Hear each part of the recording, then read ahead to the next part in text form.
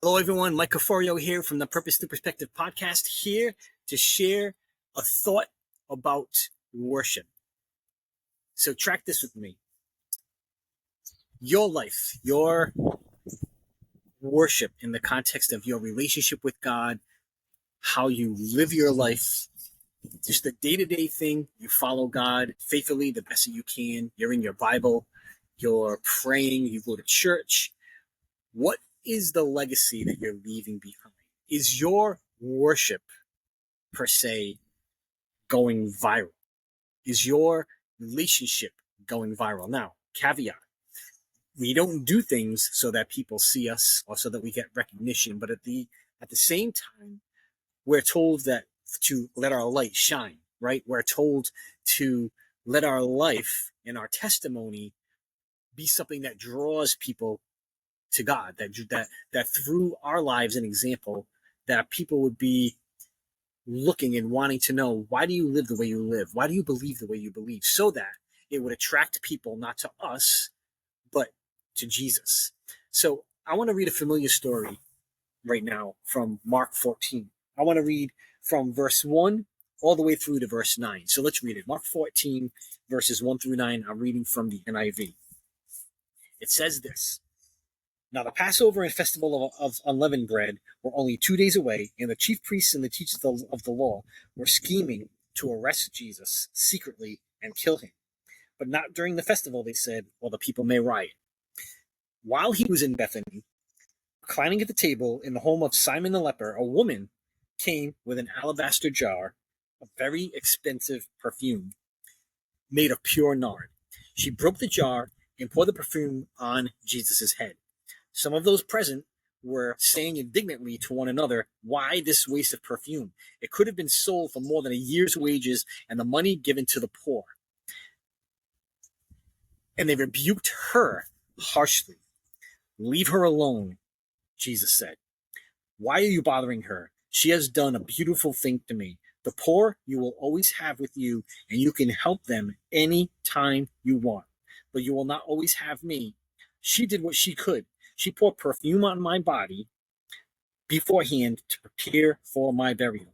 Truly, I tell you, whenever the gospel is preached throughout the world, what she has done will also be told in memory of her.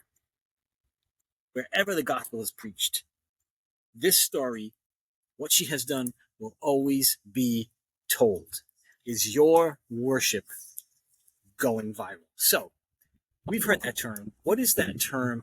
What does it mean to go viral? So, to go viral, it means it's of relating to or caused by a virus. So, if we look at it being viral in the context of a sickness or a computer, we've all gotten a virus on our computer maybe once or twice in our lives, and we know how frustrating that can be. That's one kind of viral. But there's a different kind of viral when we see or hear that a video has gone viral or that kind of thing.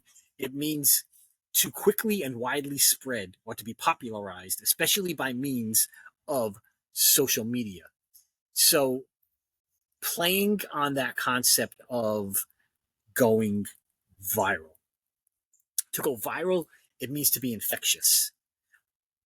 So what are we allowing to go viral to those around us? What is our lasting legacy, per se? So when we look at this story, a parallel of this story or a cross-reference of this story in John 12 as well. And when we're reading it, we get a little bit more context because John gives us some insight specifically on who was upset about this.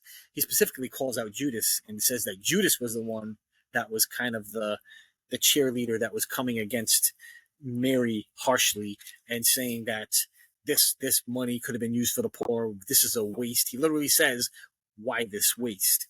But then John kind of tells on Judas and says, yeah, he wasn't really worrying about giving to the poor. He used to dip his hands into the money bag and keep some to himself. So basically, he had ulterior motives and he was a thief.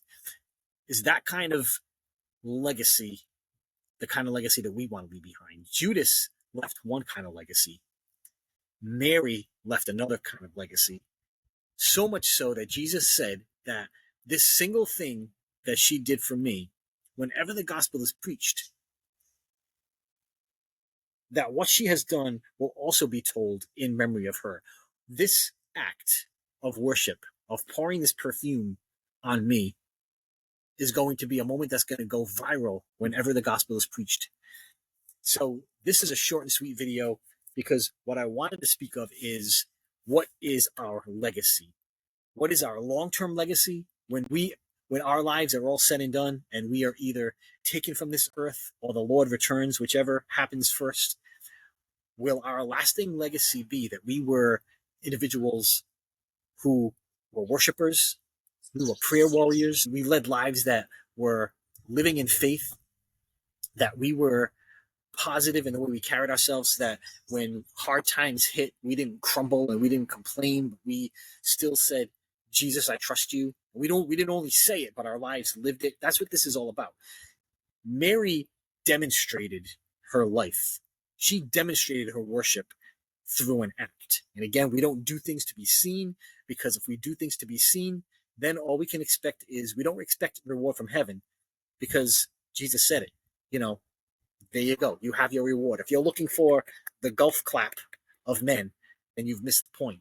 So don't do things to be seen, but let your light shine.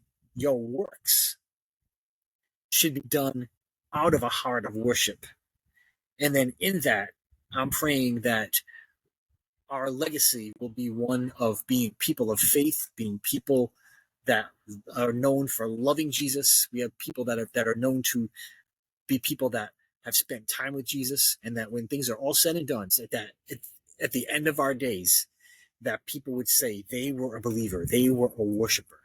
So I challenge you and I encourage you, live your life in a way that you go viral, not on video, not in any other way other than when people see you, they see Jesus first and foremost, but they also see someone that is sold out for living for Christ, being a person of faith, being a person of the word.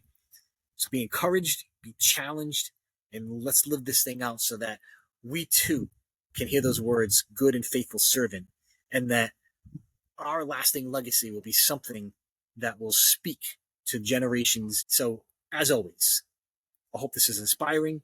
I hope this was encouraging. And let's always remember to fix our focus, set our target, steady our aim, and fire when ready, because it's always time to find our purpose through perspective.